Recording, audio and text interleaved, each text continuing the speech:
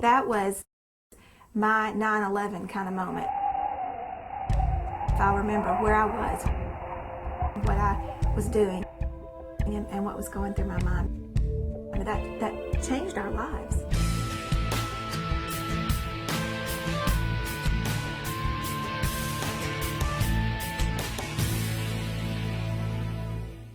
Well, on September the 28th of 2006, I got a call from our principal that said, "Are you sitting down?" And he said, "Our school's just been sued by the ACLU, and your name is in the lawsuit. It's over some of the activities that Praying Parents does." I met Jennifer Walker. She was a room parent in my older child's class, so that's how she and I got to know each other better. And I really wanted to start attending the Praying Parent meetings, and so I had already obligated myself to help out in the class on Fridays, and that was the day, the first Friday of every month, that Praying Parents would meet. And so I didn't see that it was going to be a possibility, but one of the moms wanted to get involved more in the class, and so I asked her if she'd be willing to help me out on Fridays. And ironically, she ended up being the mother that complained and brought this whole lawsuit about. You know, my little girl asked me, "Mommy, who would sue the school over prayer?" She just couldn't believe someone would be upset about us praying. And I said, well, there's some people out there that don't think we should be praying for the school, that you only pray in your home and your church.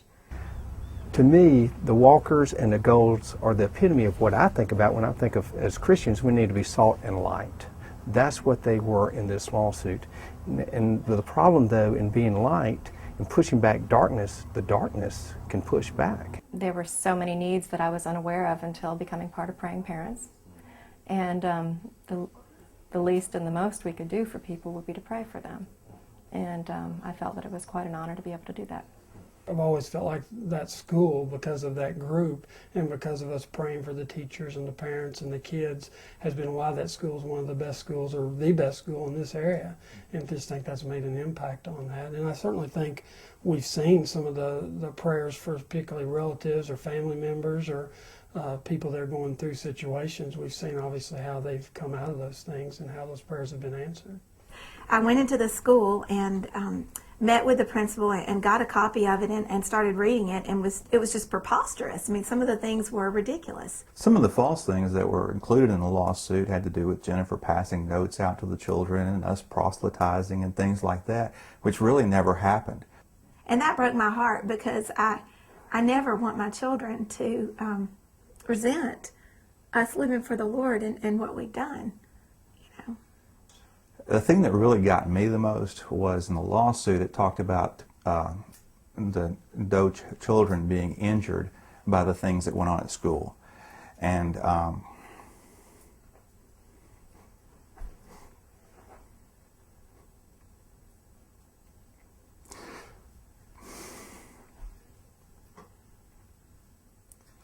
to see our daughter go through this and internalize it and really actually lose weight and have nervous problems because of it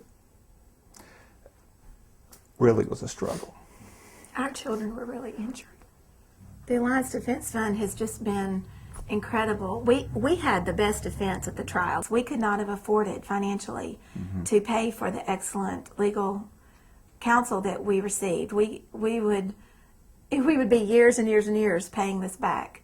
And it was given to us because of the generous donations of other people that have given to the Alliance Defense Fund. Our rights as Christians to express who we are, not trying to proselytize anybody, but just who we are, is being squeezed down and squeezed down and squeezed down. I think the ACLU starting in elementary schools, or is targeting elementary schools, because that's where the parents are most involved, number one, but also that's where the children have the least number of rights to do things on their own. And the least ability to do it on their own. And if they can get some things instituted there, they're shaping a generation to come with their thoughts about how society should be in a secular, progressive way of thinking about how religion should be presented, how orientations as far as sexual orientations and different things should be presented out there in the culture. I think the purpose of the ACLU, and I learned this through Alan Sears' book, The ACLU versus America, are 3 words: fear, misinformation, and intimidation. And I think that they want to remove anything having to do with God from everything in this country. From a legal perspective, it could not have turned out any better. The ACLU were seeking to do 5 things in this lawsuit. One is to get rid of the National Day of Prayer. Just get rid of it. Also, see you at the poll, to disallow that from ever happening on the school grounds, to keep the praying parents from meeting. You could have other functions take place on the school grounds, but they wanted to keep the praying parents from ever meeting on the school campus. On each of these counts, the ACLU lost. Every single one we were able to win. I truly think that this was a practice run, that one of these days our children and their generation is going to be called to take a bigger stand than what we took without the support that we've had. I just think that's where our world is headed. And we have had a practice with people standing mightily beside us this time. And I feel like that's part of why our family, the Lord chose us to do this, is because our children needed to see us be able to stand when everything around us was telling us to sit, and just wait it out. It's not enough to sit back and complain about what's going on, but you've got to be involved, and sometimes involvement will cost you. Sometimes it takes time to be involved, and it's a sacrifice. But it's not one that we wish we hadn't done, and I don't mean to paint a picture of how terrible it was, but there were some very, very hard days in there for us for almost 2 years, and days that just caused us to just cling to the Lord just to be able to breathe, it seemed. But it was worth it, and we are so thankful that we were able to go through this fight and to stand. And it's only by God's mercy and grace that we've had, and people's prayers, that we've had the strength to stand. It's not because we're some super Christian couple. It's because the Lord led us to this and said, do this, and out of obedience we did.